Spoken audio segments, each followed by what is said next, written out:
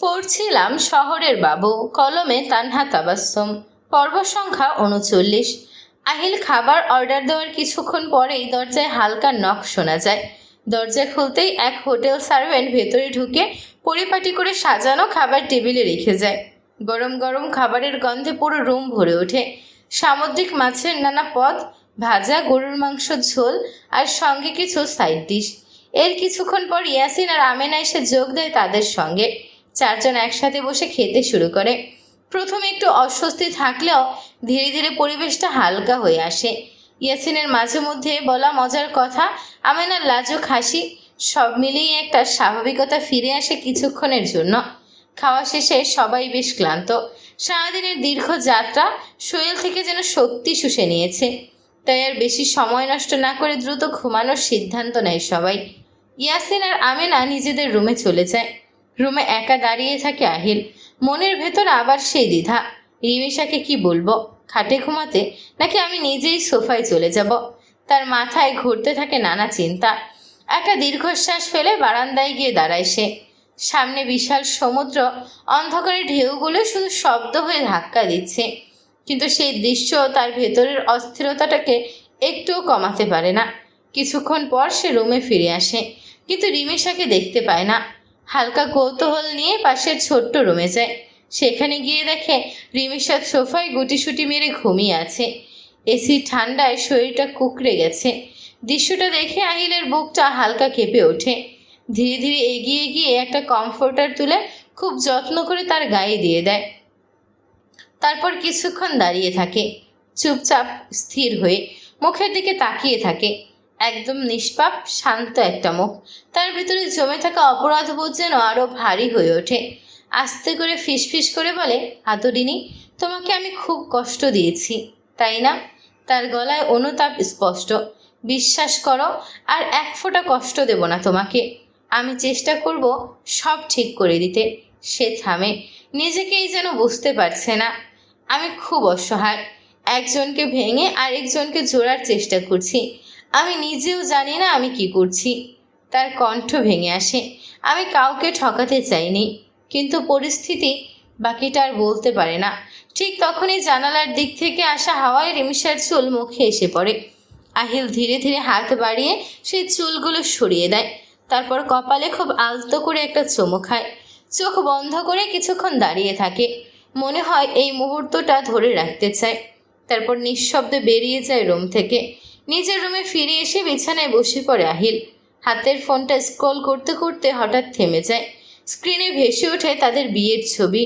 একটাতে দেখা যাচ্ছে রিমিশা চুপচাপ মাথা নিচু করে বসে আছে, আর আহিল অন্যদিকে তাকিয়ে আছে, মুখে বিরক্তি।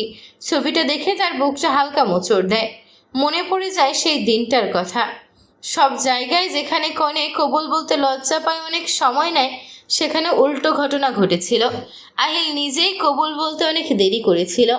অনেকবার বলার পর অনিচ্ছায় বলেছিল সেই শব্দটা, তারপর উঠে চলে গিয়েছিল। সেই দিনটা যেন এখনও স্পষ্ট, কিন্তু তবুও 7 মাস কিভাবে কেটে গেল বুঝতেই পারেনি। আরও মনে পড়ে প্রথম দিকের দিনগুলো। কোথাও কত অকারণে বকাঝকা করেছে রিমিশাকে। দেখলেই বিরক্ত লাগতো। মনে হতো এই মেয়েটার কারণেই সব এলোমেলো হয়েছে। কিন্তু এখন সব কিছু উল্টো মনে হচ্ছে। ওর তো কোনো দোষই ছিল না। এই উপলব্ধিটা যেন তাকে আরও ভেঙে দেয়। একটা স্মৃতি হঠাৎ খুব জোরে ধাক্কা দেয়। সে কয়েকবার রিমিশাকে থাপ্পড় মেরেছিল। চোখ বন্ধ করে ফেলে আহিল। নিজের কাছেই নিজেকে ঘৃণা লাগে। এদিকে ইরা এখন অনেকটাই সুস্থ, তাই তার বাবা তাকে আবার ভার্সিটিতে যাওয়ার অনুমতি দিয়েছে। কিন্তু ইরা আজ ভার্সিটিতে যায়নি। সে পুরো দিন কাটিয়েছে মাহিরের সঙ্গে। হাসি, গল্প, ঘোরাঘুরি। সময় কখন চলে গেছে তারা কেউই বুঝতে পারেনি। বিকেল 4টা বাজে, যেখানে ইরা প্রতিদিন 2:30 নাগাদ বাসায় ফিরে। কিন্তু আজ সে এখনও ফিরেনি। তার মা চিন্তায় পড়ে যায়। বারবার ফোন দেয়, কিন্তু পায় না। তারপর তার বাবাকে ফোন দিয়ে বিষয়টি জানায়।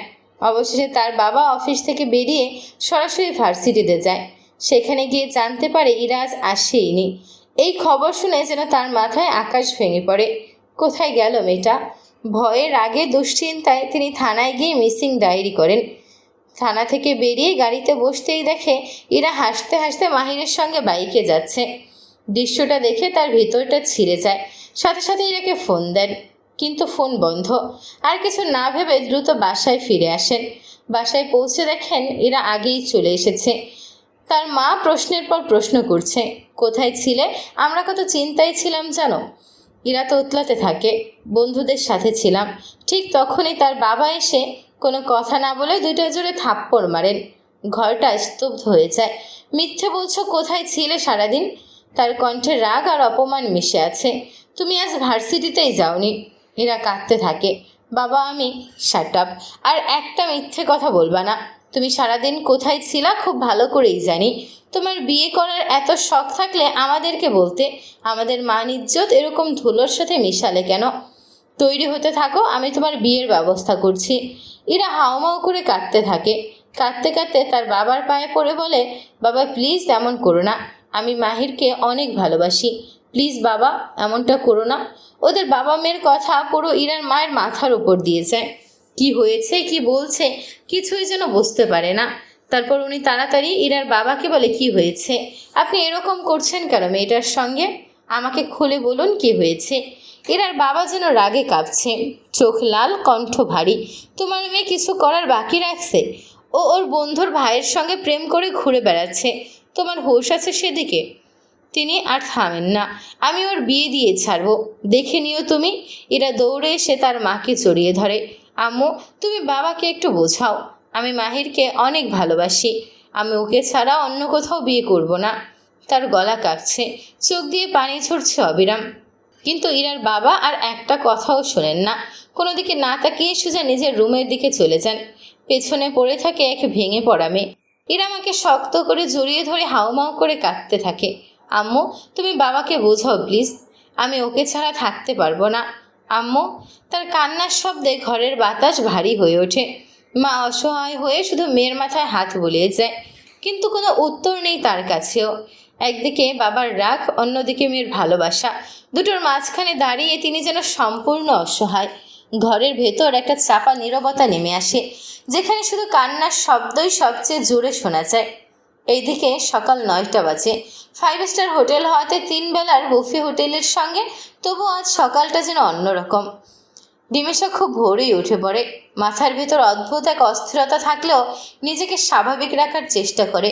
দ্রুত উঠে শাওয়ার নিয়ে নেয়। ঠান্ডা পানির ছোঁয়ায় শরীরটা কিছুটা হালকা লাগলেও মনটা এখনও ভারী। শাওয়ার শেষে ভেজা চুল নিয়ে বারান্দার সামনে এসে দাঁড়ায়। সামনে বিশাল সমুদ্র, ঢেউগুলো একটার পর একটা আছড়ে পড়ছে, যেন কারো না বলা গল্প বলছে। ডিমেশা দাঁড়িয়ে চুলগুলো হালকা করে ঝাড়তে থাকে। পানি ছিটকে পড়ে চারদিকে। ঠিক তখনই সোজা গিয়ে পড়ে আহিলের মুখেও। হঠাৎ মুখে পানি পড়তে আহিল চোখ মুখ কুঁচকে তাকায়, আর তাকাতেই দৃষ্টি আটকে যায়। রিমিশা বারান্দায় দাঁড়িয়ে ভেজা চুল ছড়িয়ে বারবার নাড়ছে, যেন রোদের আলোয় তার চারপাশটা আরও উজ্জ্বল হয়ে উঠেছে। আজ সে স্কাই ব্লু আর পিঙ্ক কম্বিনেশনের একটা শাড়ি পরেছে। ভেজা চুলের ফোঁটা গাল বেয়ে নিচে নামছে। দৃশ্যটা এতটাই নরম, এতটাই স্নিগ্ধ যে আহিল কিছুক্ষণের জন্য সব ভুলে যায়। সে এক নজরে তাকিয়ে থাকে, দৃষ্টি সরাতে পারে না। ধীরে ধীরে উঠে দাঁড়ায়। তার পায়ের শব্দও যেন খুব হালকা হয়ে যায়। নিঃশব্দে গিয়ে দাঁড়ায় রিমিশার ঠিক পেছনে। রিমিশা কিছুই টের পায় না।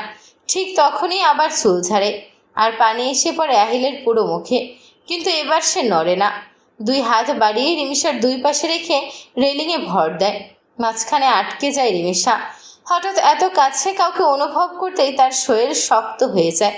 নিঃশ্বাস যেন আটকে আসে। আহিল ঝুঁকে আসে ধীরে ধীরে।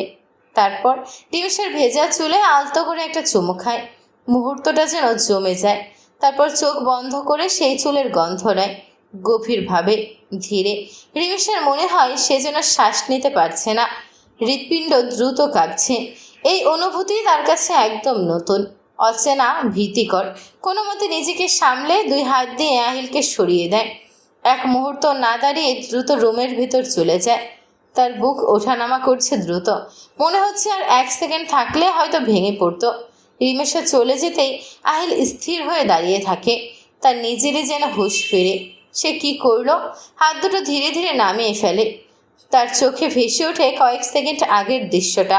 আমি এটা কি করলাম? তার কণ্ঠে বিস্ময়, অপরাধবোধ, সব একসাথে। মাথার ভেতর ঘুরতে থাকে একটা প্রশ্ন, আমি কি জোর করলাম? সে নিজেই উত্তর খুঁজে পায় না।